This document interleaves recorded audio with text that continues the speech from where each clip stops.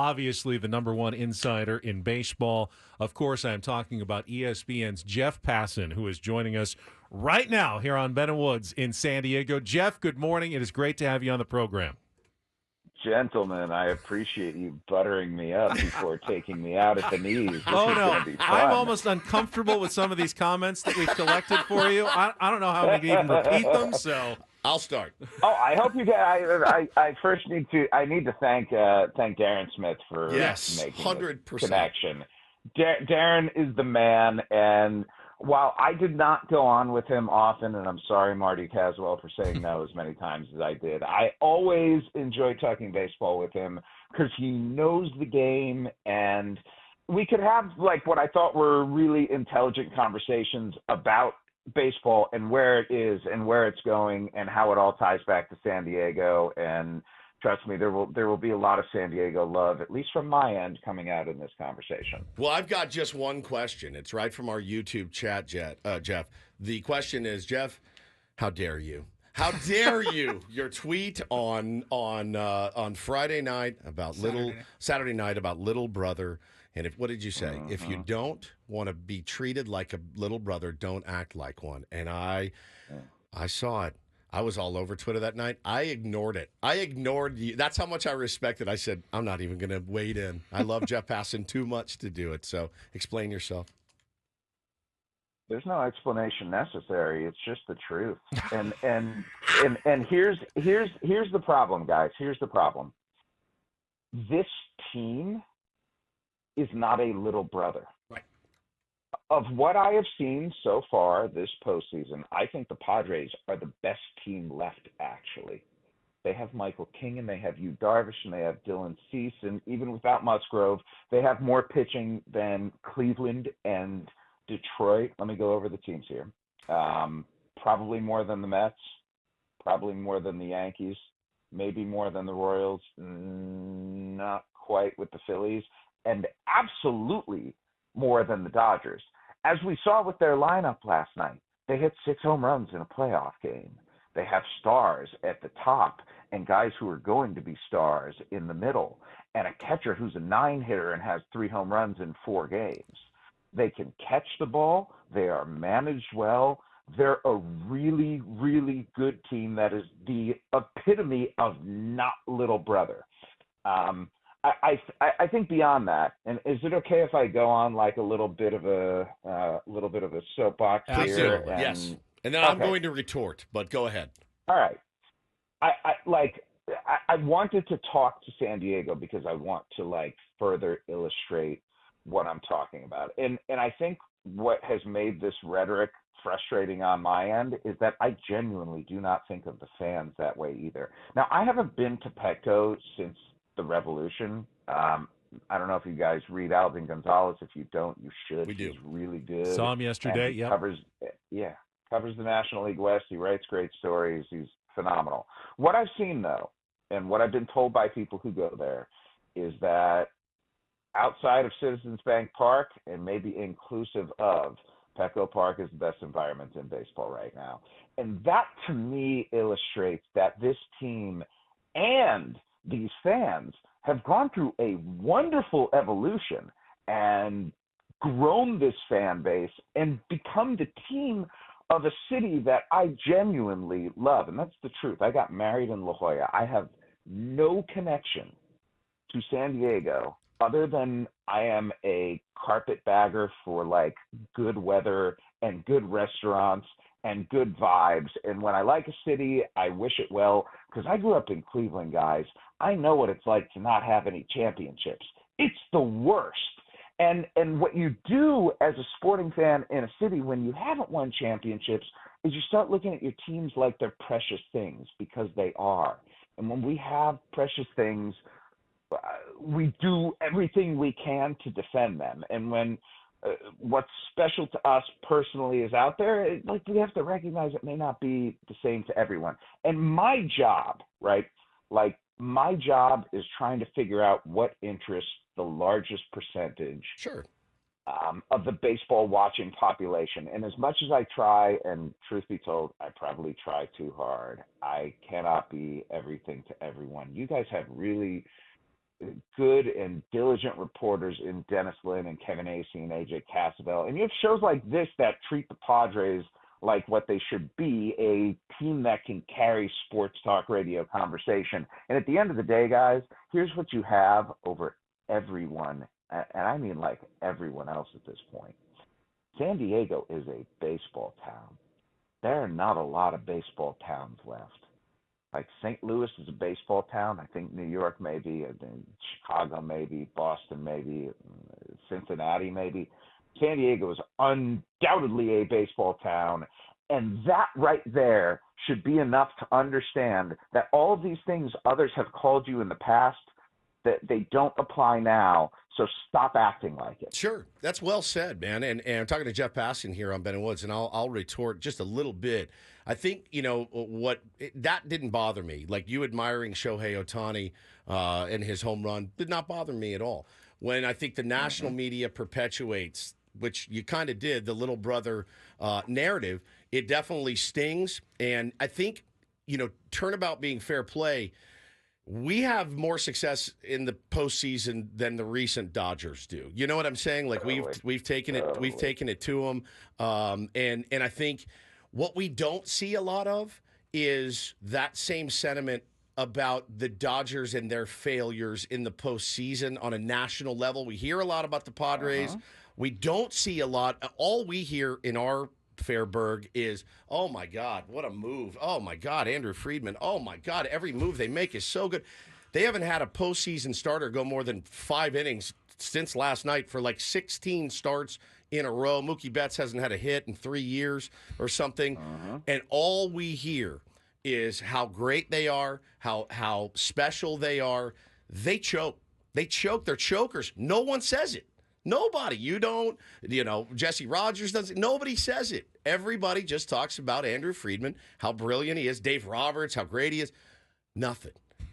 And I think that's what kind of bugs us too. Like if you're going to get us and you're going to bang us with little brother, you got to get them a little bit too. That's kind of all we're asking for, which may be a little bit of a little brother thing. Listen to what you're doing now, though. Like, listen to what you're saying. Sure. You're saying the same thing that caused me to go on this in the first place, right? You are. It's fair. Just like if you're gonna you gotta them. Like I'm gonna take you through my thought process before I typed out the words "little brother," because I should have acknowledged that that's pretty loaded, Jeff. Like if you're going to drop that nuke, like you better have earned it, and you better be careful with it. And I probably was not as much as I should have. But here's why it got me, because it reminded me of my son, and I love him so much. I do. I have a 17-year-old son, and I have a 12-year-old son. And when my 17-year-old son does something or gets to do something that the 12-year-old doesn't, the 12-year-old still says, but why? Right. And any sentence that starts with but why is a sentence that I don't want to hear finished, because I know it's going to be asking for equal time in equal ways.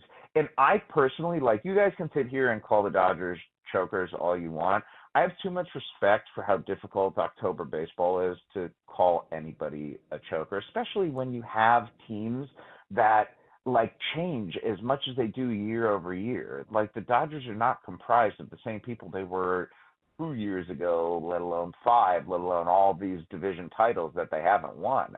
I will look at it and say that it has been an absolute failure by them to win championships. Yeah, who's done less with more? Who's done less with more than them? The New York Yankees.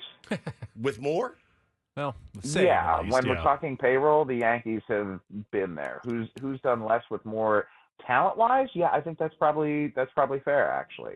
And that's reasonable. Like, so here's how I would like San Diego fans to look at this, because despite what you see on Twitter, like I think I am a pretty positive and optimistic and thoughtful person. You are. And going back to like how we want the world to see things that we hold dear. When someone comes in and says something that's like rude, sorry guys, but it may have a kernel of truth. Right. It kind of digs under your skin. Of course. Here's the kernel, right?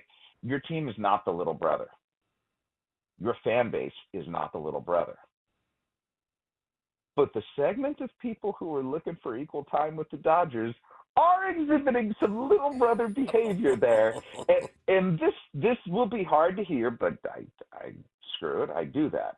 The Dodgers guys have decades of history. They have Jackie Robinson. They have Sandy Koufax. They have the Duke. They have Drysdale and Fernando, and yes, even Kershaw. They have 6 World Series rings.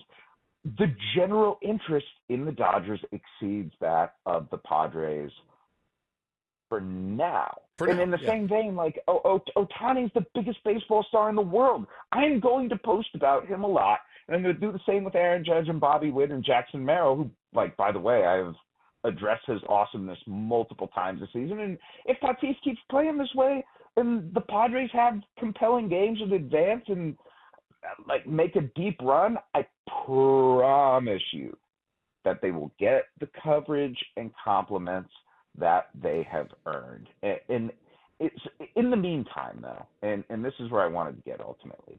You guys need to relish this. We are. There's something really wonderful going on in your town right now. And if others are not recognizing that to the level that they should, they're the ones who are missing out. Remember, if the Padres become like the national sensation, then your little secret, this thing that you obsess over day after day, will be different. And that's good, right? Like that's what you want. That's what you want for the players, for the team, for the city, like the love and recognition you believe they deserve. It is akin to the band that you knew before it blew up. Of course. When it goes big, you're happy that others got to hear them, but you're also proudest that you knew them before anyone else did.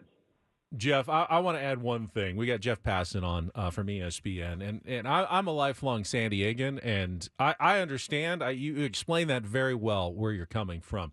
What I kind of want to push back on is that so many people in the national media look at San Diego and L.A., and they think Southern California, that you're in the same family. They're not. Forget geography. I know. San Diego and Los Angeles are worlds apart. I felt it just, driving back and forth from the games this weekend. It's just a different culture. It's as different as Boston and New York, maybe even more different. Honestly, you couldn't have two more different markets in baseball. They just happen to be near each other, but we're not related.